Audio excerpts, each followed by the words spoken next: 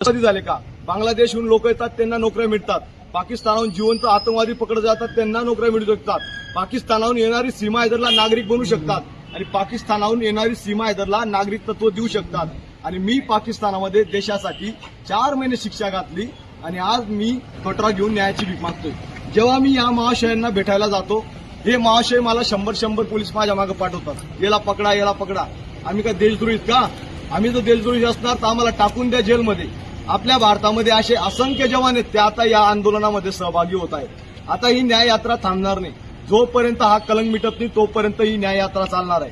आम्ही का आतंकवादी का, हा प्रश्न आम्हाला आहे. जर आम्हाला न्याय भेटू शकत नाही, आर्टिकल 16 प्रमाणे आम्हाला काय सांगितलेलं आहे, आम्ही देशात काम करू शकतो, आम्हाला अधिकार आहे. आर्टिकल 16 आणि आर्टिकल 21 आम्हाला सांगतो की बाबा तुम्हाला सी आणि डी मध्ये राज्य सरकारने सांभाळून घेणं आणि त्यांचं कर्तव्य, तुमचं जे आपला